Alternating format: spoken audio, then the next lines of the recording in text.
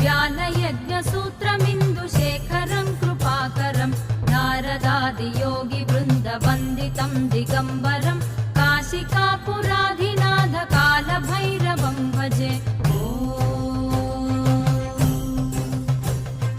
भानुकोटिभास्वरं भवाब्धितारकं परं नीलकण्ठमीप्सितार्थदायकं त्रिलोचनं कालकालमम्बुजाक्षमक्षशूलमक्षरं काशिकापुराधिनाथ कालभैरवं भजे।